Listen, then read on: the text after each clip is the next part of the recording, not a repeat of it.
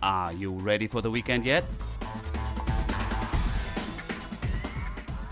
We have events, news, and a guest for you to enjoy this Lake Life weekend.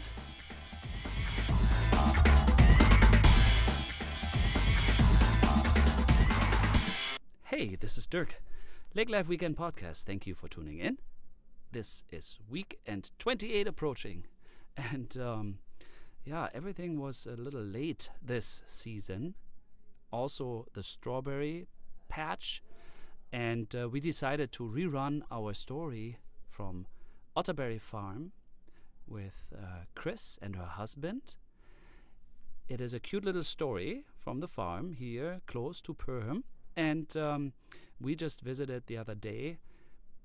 Harry could not get enough of those strawberries. You should check that out if you're around right now, because I think the season is fairly short.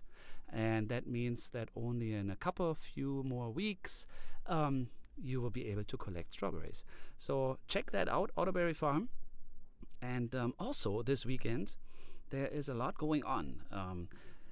Henning has a street fest. The water carnival is about to begin in Detroit Lakes. We have the Phelps Mill Festival this weekend also. These are just a few to name. Please go to our website, lakelifeweekend.com, to check out the complete event schedule for the area. And I'm more than thrilled. I'm really excited for the future because we are about to launch our latest website release that will feature a event map.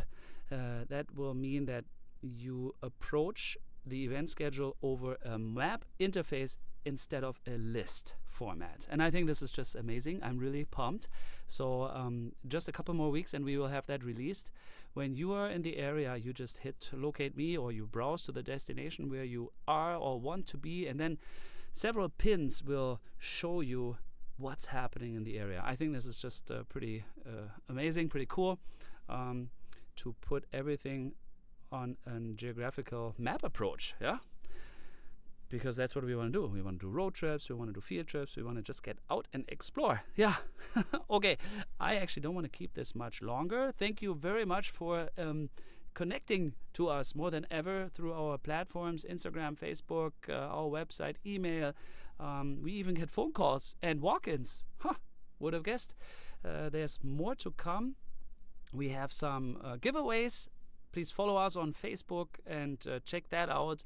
We will every week have a giveaway. Just last week we sent out some sunglasses, and we are about to give away t-shirts, all kinds of things. So thank you for tuning in. Thanks for connecting, and please enjoy our latest interview here with Chris and Cordell from Otterberry Farm. Thank you.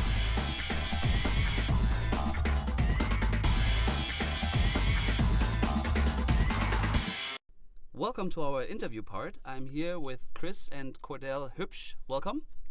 Thanks for having us. Yeah, thanks for having us. Yeah, thank you. I'm glad I got to get you into our little recording studio because it's pre-farming season, and I remember last year you got very busy with harvest when I reached out for the first time, and I visited your your corn maze and your small farm with the kids. I was there with my son Harry, and I got to meet you. Before we talk about Otterberry, that's a family farm that you have grown. Tell us a little bit more about where you're from and how you got into farming and all those things. Maybe Chris starts, or Cordell, who? Okay. Yeah, I can. So I'm not originally from Minnesota, but Cordell is, and I'll let him explain kind of our family farm where we're currently at, because it's technically his family, but we both have a farming background. I grew up in Ohio, northeast of Cleveland, and I grew up on a dairy farm. It's a Century Farm out in Ohio, so my family's been in the farming business pretty much forever. Century Farm means 100 years old? Yes. So out in Ohio, and our farm here in Minnesota is a Century Farm also. So both of our families have been farming for a very, very long time. So it's kind of in our blood, I guess. But yeah, so I grew up in Ohio, and Cordell and I actually met out in Montana, in Bozeman. We both went to college at Montana State University. So that's how we met. For agriculture? Yeah, I have a bachelor's degree in actually animal science. But it's a very well-rounded program. You do a lot of agronomy, ag business, chemistry classes, that kind of thing, as well as animal husbandry type stuff. So yeah, that's what my degree is in. Is that breeding or what? Yeah, we do. They cover all sorts of how to care for animals, basically, feeding, genetics, breeding, so that you have better quality animals, that kind of thing. And then also the business aspect, so lots of business classes, accounting. It's amazing. It's a real formal education. Yes. I mean, I'm a city boy, and I really don't know anything. And when I look at those farms, and we have a lot of farms here, and also with the NDSU tradition, which is agricultural college, it's a business. I mean, like operating a farm nowadays is not just planting some seeds. Yeah, exactly. Yeah, right. So I have a 4 years bachelor's degree in animal science is what I majored in, but they focus on all sorts of stuff. We did plant identification, all sorts of different types of things. So obviously your goal was to be living and operating a farm. I mean, you didn't. Yeah, I always have wanted to be in agriculture. It's just kind of one of those things. I think as a kid, you see what your folks do, and so you kind of more have a tendency to lean towards what their occupation is, maybe, as you grow up. And it just seemed kind of like a natural fit, and I love being outside, and yeah, it's fun.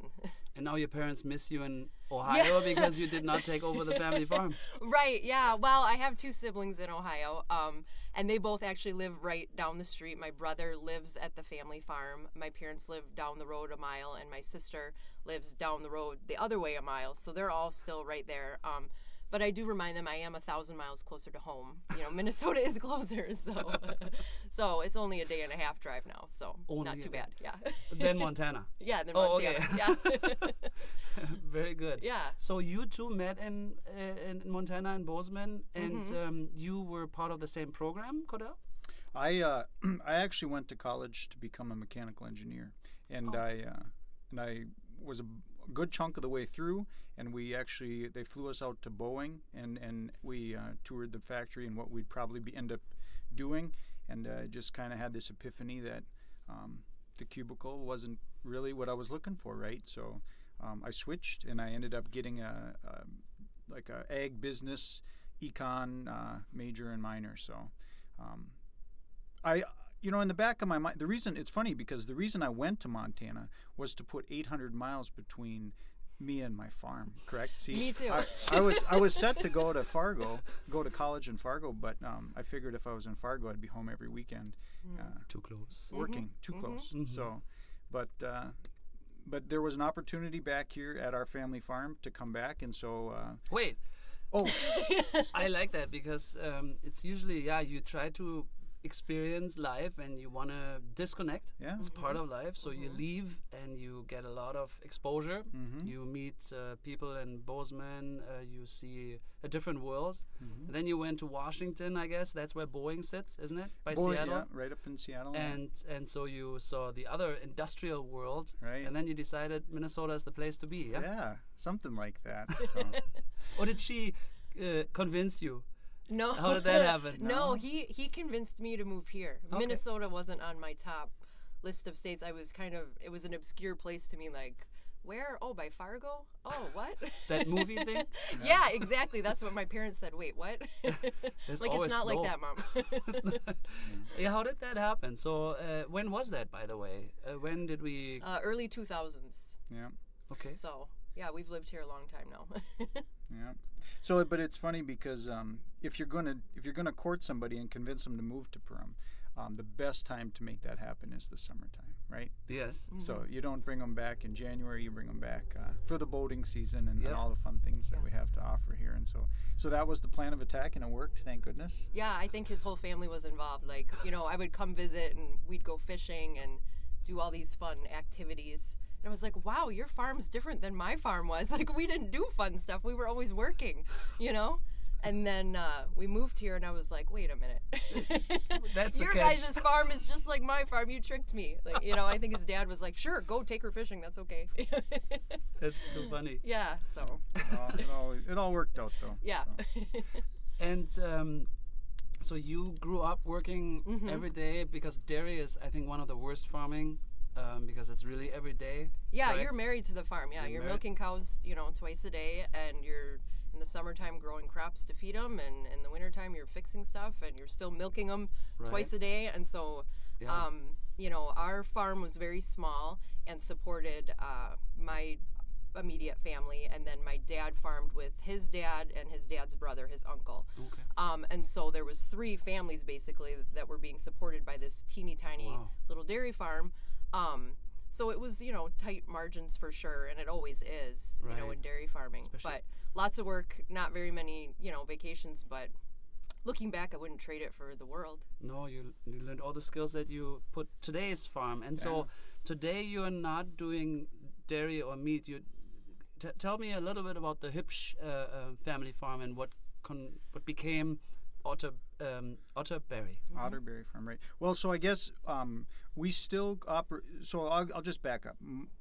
We are a 4th generation farm. My father's father came actually from down in the Olivia area, some of the best soil on the planet, right? And I try to imagine what it was like for him. He had a lot of brothers and sisters, not enough room to stay there, so he emigrated up to the Perm area. To go from that soil to the sand we farm around here must have been a real, you know, challenge, right? If you think about 1910, or when did that happen? yeah, that happened. Well, Grandpa was born in 1903, and it happened right around when he was. What would it have been? Would have Yeah, been about somewhere around there. 18, I think, 17 or 18. Okay, So- before the Depression. So did they get land by gift? How did that happen back in the day? Back in Homesteaded? yeah, there was homesteading. The land we were on was not homesteaded by my family. Grandpa's father actually bought the farm we were on, so he bought it. Your great grandfather. Yeah, so that'd be my great grandfather, right? And so, but they when they came up here, pretty much everybody was on 80 acres on a dairy, a self-sustaining kind of deal. Grandpa did milk until the end, but he saw that it was a tough road to hoe, basically, right? The dairy world. So he actually got into turkeys pretty early, and was and then my uncle. They kind of took and dad too. They all took the turkeys and kind of ran with it. They experimented with hogs, and then the turkeys is what they kind of settled in on. Sometime in this is going to be stretching the history. I'm not exactly sure on the years, but I think it was in the 60s when the family kind of split, and my Uncle Fred went to the left with turkeys, and my dad went to the right with the crop farming. Okay. So one uncle went into poultry, and my dad went into crop farming, and he grew corn and beans, and found a kind of a niche market at the time. He started growing dark red kidney beans, which we still grow to this day, and now it's a staple crop in this area, right? And so so that's what's kept our farm afloat for all these years, is that dark red kidney bean, and we still grow that today on a scale. And when Chris and I came back, I have 2 brothers and a sister, and we are all here in this same area. And so Chris and I just kind of decided that we wanted to find a little niche, right? Because it seems like in agriculture, you can go the commodity route, but if you go the commodity route in agriculture today, you have to be aware that it's all about economies of scale, right? You just have to have, the margins are so tight, you just need to get bigger, or you need to find a way to make a little more with less, right? Sure. And so that kind of led to our idea, right? So you tried to find a niche, and that was strawberries? Yeah. So Cordell still farms with his brothers, corn and kidney beans, and the timing kind of works perfectly for planting and harvest and that type of thing with strawberries. And we kind of kicked the idea around for a while. And we have really sandy soil. Yeah. Strawberries like sandy soil. It drains well, so we don't have as much problem with disease and stuff like that. And then of course we have to irrigate it because it is so sandy, but it's nice because when we need water, we just turn the water on. Yeah. So and that's the same with like the kidney beans.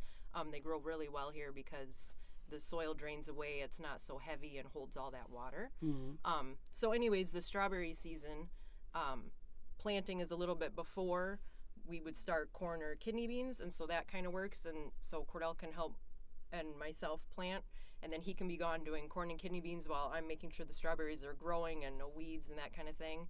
And about the time they're done planting everything down the street with his brothers and himself, then it's just about time to start picking strawberries. So then we have the public come out and start picking, and so the timing really works well with still being able to farm with his family, yet do something on our own also, and then having our kids involved and stuff. So it's been really good. Yeah.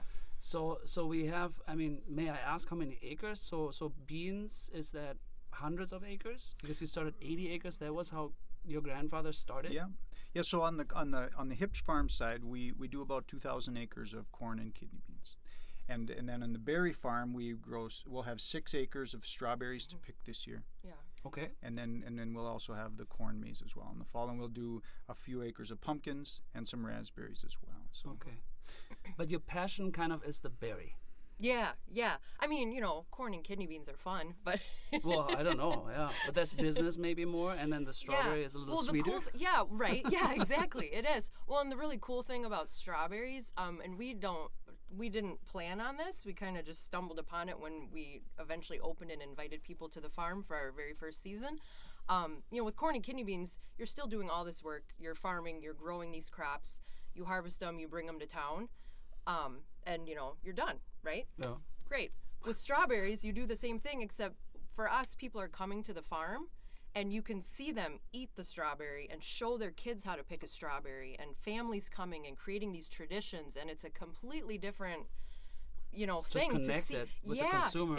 Yeah, exactly. And it is so cool to see people, and they keep coming back, year after year, and they're making memories, or, grandpas are bringing their grandkids out, or people that are coming to the lake, and they always come during that same week every year. A lot of people are seasonal that way.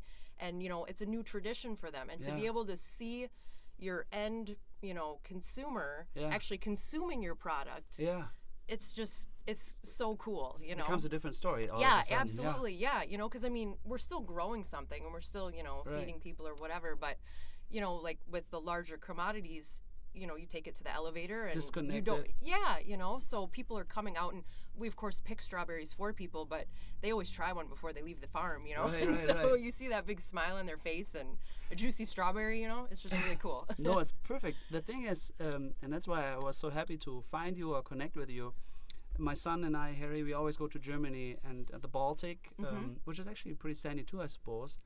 There's Carl's, Karl''s, Carl's, and I think they probably berry farm since 1871. I have to look now.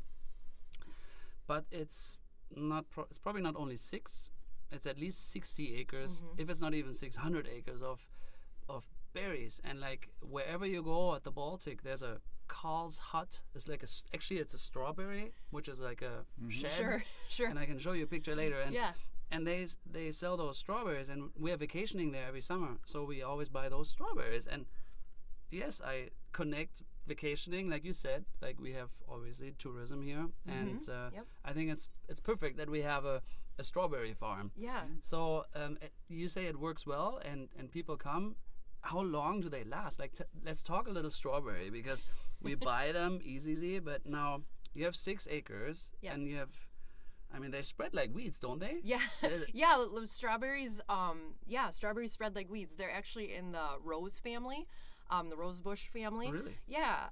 So so if you have a wild rose bush at your house and it just keeps going everywhere, strawberries are kind of related to them. Okay. But so it's pretty labor intensive. But we plant them. We plant one little plant. It's a crown. It comes dormant. We stick it in the ground. Our setup is every 18 inches we put another plant. Every year, new one? Yeah. So we are on a rotation on our farm. We're on a 3 to 4 year rotation. So what does that mean? So we'll plant. Like, we're gonna start planting right now. We're a little bit late this year because the spring was so late. Yeah. But we'll start planting new strawberry plants in a single row, about 18 inches apart, and our rows are about 4 feet apart. Oh. Okay. So they're 18 inches is each plant, as you're walking down a long row, and each row would be about 4 feet apart. So by the time people come out to our farm, though, like you said, they spread like weeds. They'll send out runners and daughter plants, and they fill in those rows and get nice and bushy. Ah, yeah. So after the thing about strawberries is if you just let them keep going, like some people have them in their backyard and it turns into this big matted field. Yeah. So like a we carpet. go, yeah, exactly, like a carpet, yeah. So we don't want that because we want to be able to walk through the row Sure. and pick and have nice, easy picking and nice rows. So after we're done picking, we renovate the strawberries. So what that entails is actually taking the lawnmower and going and mowing off the plants, right? You have In like a the look s- of in the shock on your fall. face. Actually, right after, in July. Oh. Right after. So right after we're done, and people usually drive by and they think, "Oh my gosh, did that like send They them closed over the down. edge?" Yeah, like what's going on? They You know got what mad at the happened? Yeah, strawberries. they lost their minds. You know, this summer, what happened? So we mow them off, and then we take a tiller and we have to narrow those rows. Uh-huh. So we'll make them a lot skinnier, Uh-huh. and then turn the water back on, and they start growing like crazy. And by Again? the fall, by the fall, then they're nice and bushy, and they're not too wide and crazy big. So you have 2 harvests. Nope, just one. Just one. There's different varieties of strawberries. We have June bearing, so they'll just do a one time about mid-June where we're at. I usually tell people the middle of June. Traditionally, we've opened around like the 18th or 19th of June, and we'll go through like the 4th of July. That's it. Super short season in Minnesota. Yeah, I was gonna say. And then in the fall, you use those for the following year, or why did you till it and? They So become... we till them and narrow them because how we were just talking how they'll make a big matted carpet. If you don't, they keep sending out new daughter plants Right. and they get wider and wider, and you won't be able to get through the rows and walk. Okay. So to control them and keep them under control and have those nice happy green rows that you see, right after we're done picking, we mow them off, narrow them up, so that they start growing and stay within those boundaries. So now when you're planting, this is an addition. Mm-hmm. So you Yep, reuse them, so you're growing your field. So yeah. So we do 1.5 acre sections. So after 3 years, that 1.5 acres we planted originally, we'll put that back to a cover crop, and we'll let that regrow as a rye or something to get the soil get healthy again. And we're always putting in 1.5 acres every year, and we kind of just hopscotch our way down the field. Does that make sense? Yes, it does. Yeah, Yeah, okay. I Yep. see. I see. And the plants that are existing in the fall, there's no fruit at that point. That just creates a healthy plant to get ready for winter. So in the winter time, after you bed them in straw, so that's the next thing that Chris was going to talk about is they get bedded in straw. The whole key with a strawberry plant is that crown, right about 1 inch under the soil, can never get below 20 degrees. Oh. And when it gets 40 below here, is it not mind-blowing? Yeah. That a little bit of straw, like 6 inches of straw on top of that, will keep that soil 20 degrees or warmer. Really? It insulates them, yeah. So in the fall, then we'll go like usually around deer hunting time is when we start to cover them. The strawberries start to chill out for the winter. They start going dormant. So then we cover them up with straw. yeah. We'll go out and blow all the straw, which last year worked really good because during our corn maze we had all these cool straw bale like structures Right. and things. Oh, you just reuse that. Yeah, so we were kind of trying an experimental new way to blow straw on the field, which kind of worked and kind of didn't, but that's farming. You're always experimenting and trying new things. So, so then you cover them up with straw so that they're nice and happy, a nice winter blanket all winter long. And then in the spring, then you go and you rake it all off. And we have this clever little machine that Cordell built that will fluff the straw There's off. the engineering degree yeah, that comes in yeah. handy. Oh my gosh, Yeah. she's so slick. Yeah, so yeah. It's So a there's she. What's her always- name? Yeah. Oh, well, I don't Stephanie. know. Yeah, right, Stephanie. I guess it is now. Yeah. Yeah. But now I'm curious. So strawberry, I think it's just awesome. So, but it's a one bloom or one harvest crop or flower plant. I'm sorry, I'm not a professional here. So, is there also like multiple harvests, but they just don't work so well in Minnesota, or? Yeah, so the other option is called day neutral strawberries, and that's the kind of strawberries if you go to the grocery store.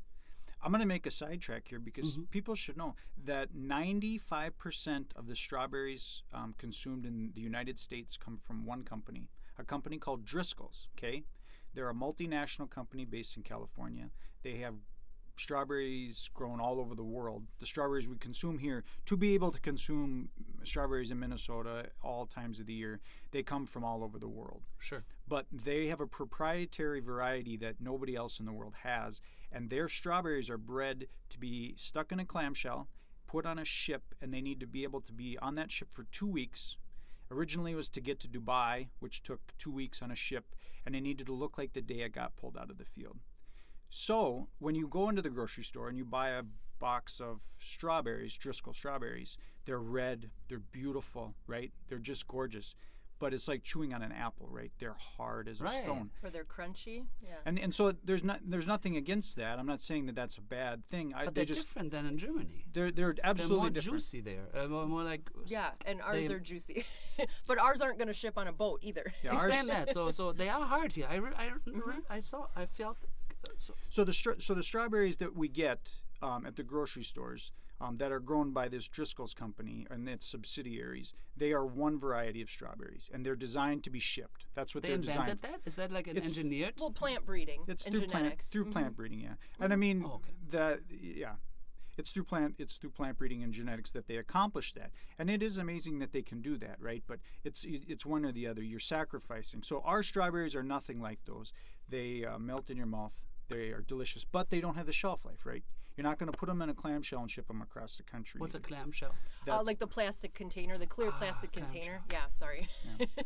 And so that being said, the strawberries that we grow are June bearing. The day neutrals are what they grow in California and Mexico, and they fruit all summer long. Okay, and those are grown in plasticulture. So they go and they make a row. They do what's called a raised bed. So they form the soil up into a little like a little mount, a hill. Little elongated hill, and then they cover that hill in plastic. They bury some irrigation drip lines in the soil, and then they punch a hole in the plastic and put individual plants in. And then they basically send crews of people up and down the rows all summer long to pick these berries. We do have a few rows of day neutral, some people call them ever-bearing strawberries. We do have a couple rows of those that we've experimented with. But in Minnesota and up in this area, people are very accustomed to like a certain picking season, and they know it's short and sweet. And so to have people come out for like a 2 to 3 week period and just go and get everything harvested is a little bit easier than strawberries here and there, because you'll end up going multiple feet to fill a bucket with day neutrals because they're not all ripe at one time. There'll still be flowers on the plant, and your flower is producing the next strawberry, and they'll be doing that all summer long. So during the corn maze we went around the strawberry patch on wagon rides.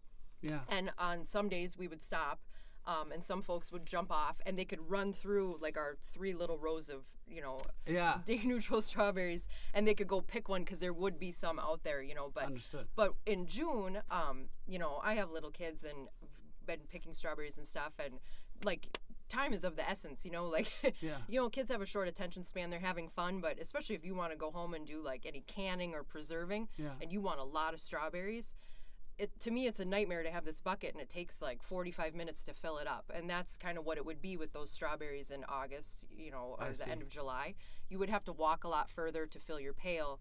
And those June-bearing ones, the plant produces all of its flowers at one time. Then you get all those strawberries already at one time, and boom, you can fill a bucket in, 10 minutes, and away you go. Okay. So, yeah.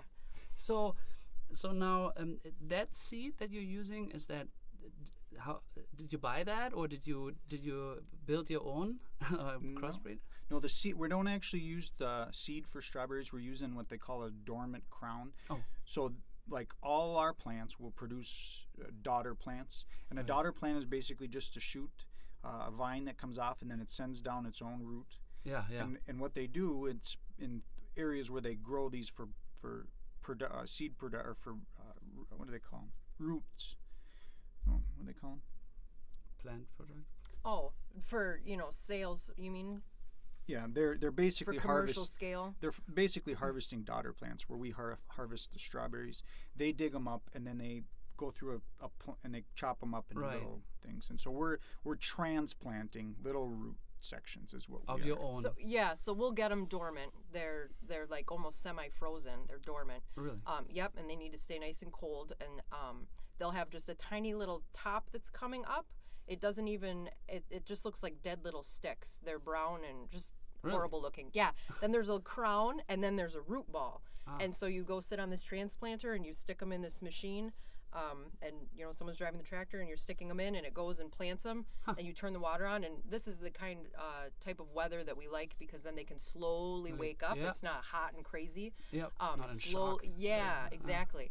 So we actually put in plants, not seeds. Okay, every year. yeah, I'm sorry, yeah, understood. Yep. So. Huh. So now we know that Otterberry is a very short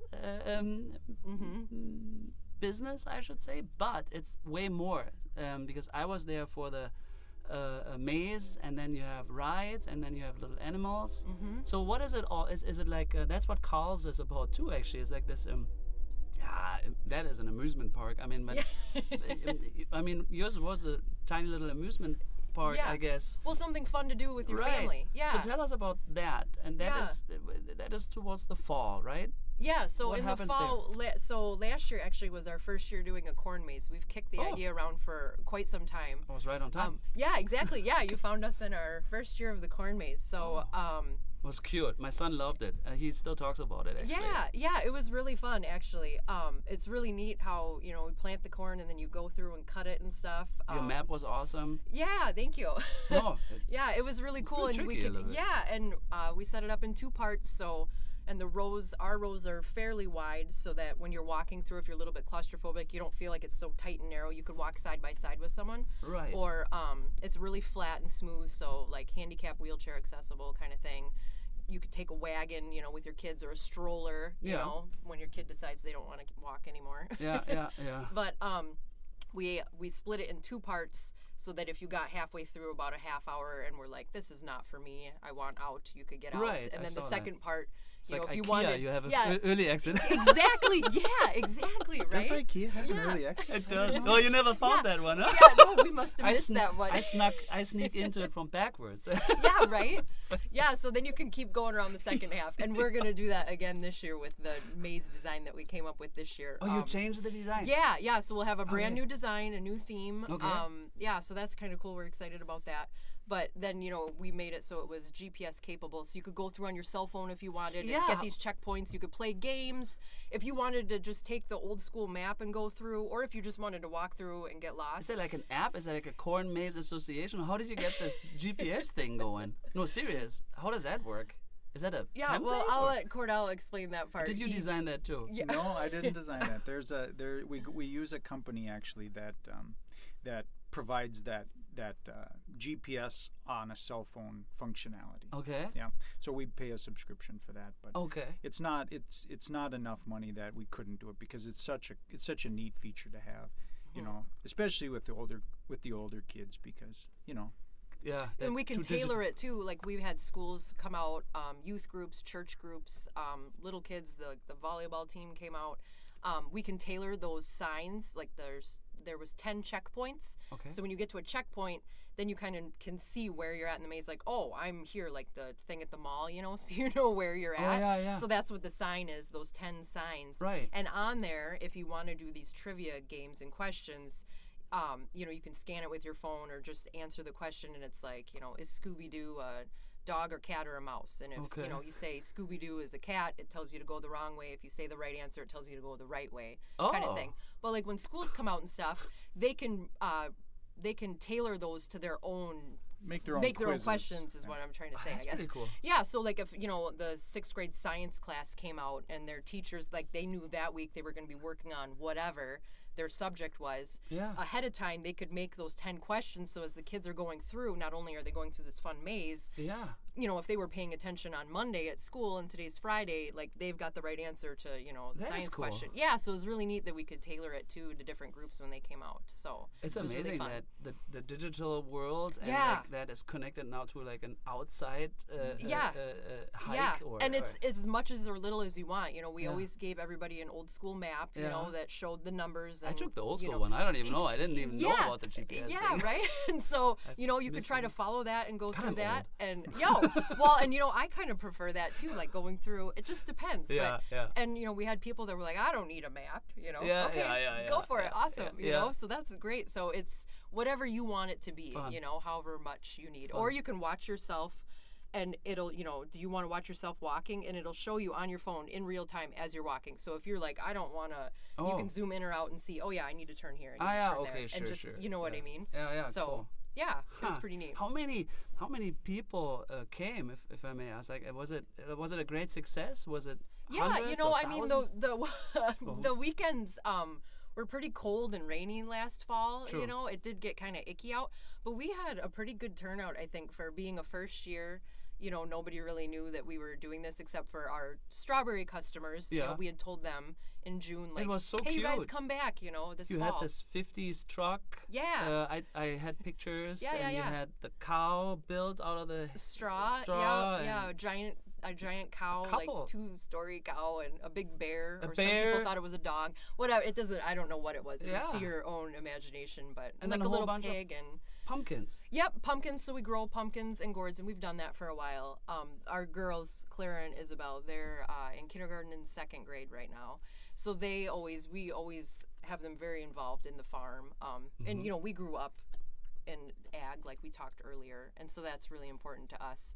And so they always help plant pumpkins and then help harvest them and that kind of thing. So people can come to the corn maze, they can get some pumpkins. Yeah. Just have a great time, bring a picnic, whatever. And I bought a couple. That was the pretty ones. Yeah. We had all sorts of pink, blue, orange, white, all sorts of different. They were gone. I bought the white ones. Yeah, you came a little bit later. Those ones go right away. Oh, really? Pink? I didn't even know. Yeah. So how many different pumpkins do they? I just know the orange one. I think I'm from last Germany. What do year I know? planted at least 30 or 40 different varieties. Really? So, yeah, and I had a couple requests.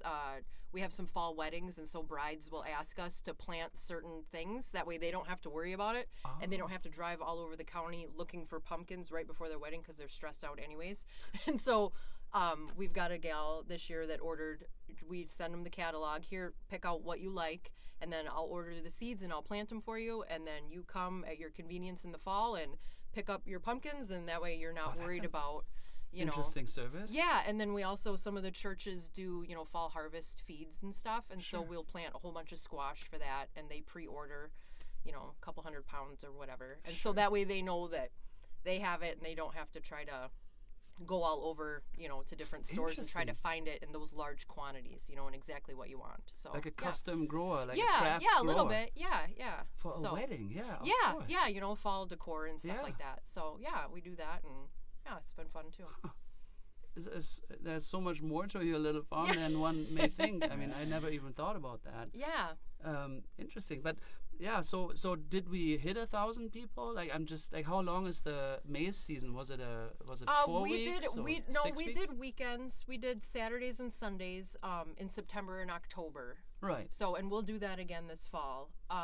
And MEA weekend, we weren't planning on being open all of MEA weekend, but the weather was actually gorgeous that weekend. It was like the only nice weekend in October. So we completely changed gears at the farm and did different things and tweaked stuff around so we could be open those days so families could come out, with their kids because they weren't at school and whatnot. So that worked out good. So we'll probably plan on doing something like that similar again this year, depending on the weather. But is that where you live? Was that house? That's your farm? Yep. Yeah. So we live there. We've lived there for, since like, I don't know, 2003 or something, I think. 15 so, plus. Yeah. So there's an old farmhouse right up by the road. Yeah. And then our house, we lived in that house for a few years, and then Cordell built us a house up in the trees, so our driveway kind of keeps going further up into the woods, and then we live up in that house up there. So, but we did live in that original house, and that's where his grandparents lived and whatnot. So yeah, in that old farmhouse. So, cute. Yeah, so we live on site. Yeah, and that's Yeah, I thought so. And then there was like a goat. Or like there were a couple animals. A pig. Yeah. Was so I, grew up with animals, and I love animals. Petting and zoo? like your dog. Yeah. Oscar. Yeah. Yeah. Just So, but anyway, so when we decided to do the strawberries, I've always had horses and show horses, and so our daughters, we were like, well, if people are going to come out to the farm, people can be, they're removed from agriculture anymore. You don't get hands-on stuff very much anymore, Unfortunately, yeah. Yeah, and so it was like, well, if they can come out to the farm, we should, in my thinking, we should have as much stuff as they could see and touch and do, Like, this is a great excuse to have 1,000 animals. So we got some sheep. Sheep. Yeah, our girls actually used their piggy bank money a few years ago when they were little and bought a few ewes, which are female sheep. And so then we had explained to them, okay, we'll buy the ram, the dad sheep every year, and we can keep the baby girl lambs, but the boys have to go. And then if they ever want to sell any sheep, that's their money and they can put that in the bank or kind of thing. Yeah, very cool. So we did that. So we got the sheep, and then the more things you have, just the more time and energy it takes. So a lot of times we like to borrow animals, or help people rehome them. Like we'll have bunny rabbits, and usually we're borrowing those from someone or 4-H kids that are looking to sell them or find them a new home. So they'll come and stay at our farm for a few weeks in the summer, and then we have up a cute little sign, if you are interested in taking a bunny home, let us know, or kittens, or we had a calf, a little baby cow, a little bottle calf. And then at the corn maze, we also had some potbelly pigs and a mini pony. And, I saw that. Yeah, just all sorts of cool stuff that, kids can see and touch, and it's just part of the, and we don't during strawberries, we tell people to come out, we charge by the pound. So you can pick as many or as little strawberries as you want. You don't have to have a heaping bucket full. And, the playground, the animals, all that is included and free. And it's kind of nice when people are checking out, their kids are running around and they're kind of right there and they can play with the critters or sit on the swing set, and mom can, get her strawberries organized and whatever, and their kids aren't like, mom, I want to go, and just stand in line, be quiet. So it's been a lot of fun. So where are they all coming from? Were you able to converse, and are they locals, obviously? And you mentioned a volleyball team. I guess that's from the high school. But But did you are they coming from St. Cloud, or besides the tourists that come from out of state? But were you able to capture a little bit your guests?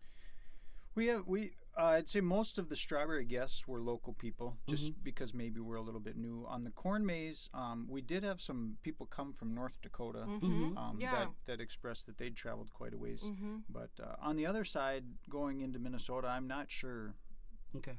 Yeah, I mean, we make a really big effort to try to talk to everybody, as we can, because we do get really busy, but, introduce ourselves and, just make sure people feel really welcome at the farm. And if they have any questions, what we do, how we do it, if they want to go see the new baby strawberries and what that looks like, and they're shocked that they're so tiny and small, but, in a few months they're going to look like this one over here. And so, we really try to be open to that kind of thing. Or if people contact us, in the middle of the summer and can we come out and, see whatever? It's like, yeah, sure. We're usually always around, working or whatever. Just stop on out or, call ahead and let us know, and we'll give you a tour or whatever. It was a very family organized. I think you were driving the tractor around with and then you were running around. I think your daughters were checking us in. Oh yeah, you there's were all people. Over. We're usually all over the place. And we hire extra help. When we are open and stuff, and usually local teens.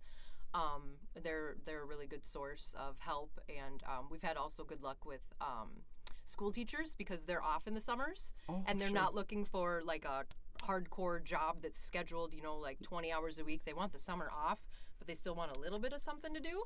And so we're super flexible with that. So we've had really good luck with having teachers come out and help us too. You know? And, sure. So it's been good. So when does it open? You said planting. When strawberries. Strawberries is I usually tell people around the middle of June, so they start thinking about it. But we normally open around the 18th or 19th. It all depends on the weather. Right. So like right now, as the strawberries start to wake up, as they start growing, when they start producing a flower, then we can kind of make our countdown as to when they'll be ready and ripe. And then you have a Facebook page? Where do you announce the opening? Yeah, we do Facebook. We're always on there. And then we have a website, which is otterberryfarm.com. Right. And so we have stuff on there. That's updated, but like our Facebook is a lot easier to go in and make like live updates, you know, especially weather related. So, if it's raining or something, we can tell people, or if we happen to get picked out. Also our phone number, our phone number is the berry line or whatever, so people can call that, and it's Oh yeah, programmed. I remember you had always an announcement. Yep. Yeah. I tried so the I number. I can program that with my cell phone, like out in the middle of the field or on the tractor or wherever we are, and we can change that and do that up to date. So we always tell people to call before you come out to the farm, especially if you're driving a distance, to make sure that we didn't have to close early because for some reason, if we had this huge rush of people and we got picked out for the day and we had to close for a day or two to let more strawberries ripen. Is it that quick then? It can be, yeah.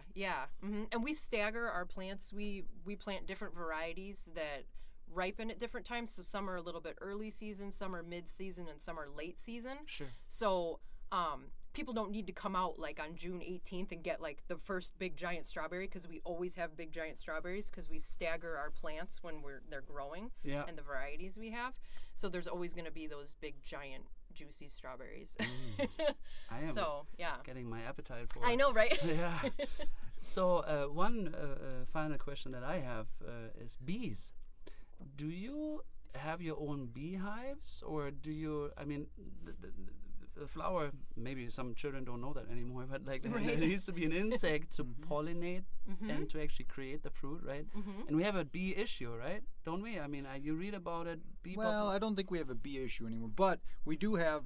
There's the Hoffman apiary out of Richville. Actually, they run commercial bees on all our farms. So right at the corner of the farm, not like close enough that people can bother them. They're on the 80 that we are on though. And the bees do all our pollination. Strawberries are self-pollinating, so bees help. They're not necessary, but bees help. But we have a bunch of raspberries, and the raspberries have to be pollinated. And so the raspberries are pollinated, and the bees will pollinate the strawberries as well, but they don't have to, right? Do you know what I mean by self-pollinating? It's not so required. It's the wind that does it then, or Yeah. just the okay. But so we do have some bee boxes, just kind of down the road. If you went past our farm a little bit, you would, if you were really paying attention, you'd see them kind of tucked away in this nook. But they're where people wouldn't be able to get to them or be bothered by them or whatever. So. But they are not yours; they're rented. No, well, we just let them set them there because he's a professional and he is a Okay. He's a bee guy. I would love to get into bees. I think they're absolutely fascinating. Yeah, me too. Yeah, super cool. I want bees. I know, want to right? Have a bee I mean, you want all the animals. I just I know, already right? heard. Yeah. Well, my brother does maple syrup and had honeybees in Ohio, and I was like, this is so cool. Like, yeah, it is a really neat thing. But I think so. that's one, that's just one more thing to add to. It's like, oh, geez, you got stuff to do. So let the professionals take care of it, and they do an excellent job. We have fall-bearing raspberries. So they'll start like the end of August, and they'll go produce fruit until the first killing frost. So in Minnesota, that can be anytime. Also, you September. have raspberries. You just said raspberries. Yeah. So that's a different.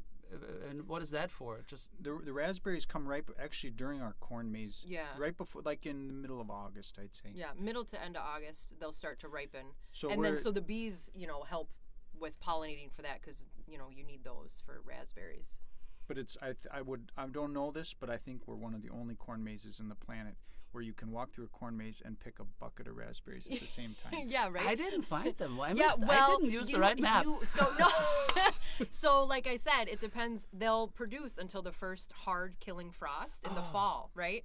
So one fall we had raspberries almost until it was like Halloween because we had such a beautiful fall and it didn't get cold at night. Yeah. Last year we had a hard killing frost in September. Oh. It was the end of September, and so they died right away. Oh. So we didn't even have any. I think we had them for 2 or 3 weekends that we had some raspberries. And we could do some methods to help with frost protection, but it just wasn't in the cards last year to do that and water them at night and that kind of thing. I will look out for them. Yeah, right? Yeah. So if you come to the corn maze, the first couple weekends in September, you're almost guaranteed to be able to get some raspberries also. Okay, good. Yeah. So I usually close this, or I try to not forget, talk about lake life, other than you live in lakes country, and you just mentioned that you brought Chris here actually during the summer season. So what does lake life mean to either of you? Maybe you start because you are like me, new to Minnesota. Yeah. But what is lake life to you? Yeah, well, lake life to me, I mean, it's just fun, relaxing, like family time. You know, you can get together with people, you can make memories, you can have fun. I'm actually not a water person, which is kind of funny. I'm not a swimmer. I never was. And so, but I like going on the boat and stuff. I like hanging out at the beach. I like going to the lake, but I'm not the person who's like gonna jump off the dock kind of thing. But I think it's super fun to be able to take the kids, go meet friends, you know, and just kind of hang out. And Minnesota is such a perfect place for that. We have such a long, cold winter sometimes, and there's tons of fun activities to do in the winter around here too. But the summer is definitely, you know, the gem of Minnesota, and so, yeah. No, that's kind of like me too. What does a lake do to you? Is it? Well, I guess so. Growing up here, I've been spoiled my whole life. I mean, comparing Perham to Bozeman, you know, I love the mountains, and some days I wish I lived in the mountains. But you know, what I noticed since I've left Montana, and even when I was in Montana, was the people that lived in Montana weren't up in the mountains every day. And so as an outsider, when I got there, every single day of the week I was up in the mountains. Because when you're not from an area, you don't take it for granted. And it's interesting because when we came back to Minnesota, I just had this appreciation for the lakes that I never had when I had it in my backyard at all the time, right? And so since we've been back, we've got a boat, and we don't use the lakes as much as we should, but we see how valuable of a resource they are. I mean, it's world class, and people come from all over the world to vacation where we are fortunate to live every single day of our life. And so just to be able to have this tremendous resource, and I mean, people get a lot of grief for living here in the winter time, but it is a magical place in the winter as well. I mean, ice fishing is just tremendous. It's a world-class fishery. You get all the you get everything that you would get anywhere else in the world, except you've got all this beautiful snow and ice to deal with. Yeah. So, which is a good thing, I think. Yeah. I think it's really calming. I enjoy the winters. It just can be a long stretch. Right. Yeah. It can be long, but you know, when the warm weather does come, you know, it's like, 35 degrees is beach weather. Like I know. Let's get the shorts, and then they wear exactly. flip-flops, and you're running around, and it's awesome. Yeah. It's pretty magical to have a true 4 seasons, and and I think you have a much greater appreciation for each one of those seasons when you have these distinct differences, because you know, even in a lot of areas in this country where you don't have these distinct seasons, I don't think it means as much, right? The warmth means way more to us having gone through that heavy winter, and the heavy winter means more to us having gone through 100-degree summer, right? The temperature fluctuations. So I agree, and I like the lakes for everything, the calming and the activity opportunity and year round. Yeah. Well, that was very very interesting. I'm excited for the next berry season. Yeah, it'll be here soon. It will be here soon, and I make sure that I capture some nice photo evidence of the red strawberries to pick. So I think we will see each other again soon. Yeah, that would be awesome. Well, hey, we have to say thank you so much, Dirk, for inviting us onto your podcast. You do a tremendous job, and thank you so much. So. Yeah, thank you. It's been great. Yeah, we love listening to him. Yeah, thank you. No, thanks for coming. Great story. Good luck, and I love that your kids are so involved, and I hope to see them again, and we will go through this maze this fall. We have a whole year here to share. Yeah, exactly. Thank you for coming. Yeah, thank you. Yeah, this was already our newest episode of the Lake Life Weekend podcast. We sure hope you enjoyed it. Tune in again next week with another great guest and updates. Always check out our website, lakelifeweekend.com, and if you have some comments, please feel free to email us at hello@lakelifeweekend.com, and you have a wonderful weekend ahead.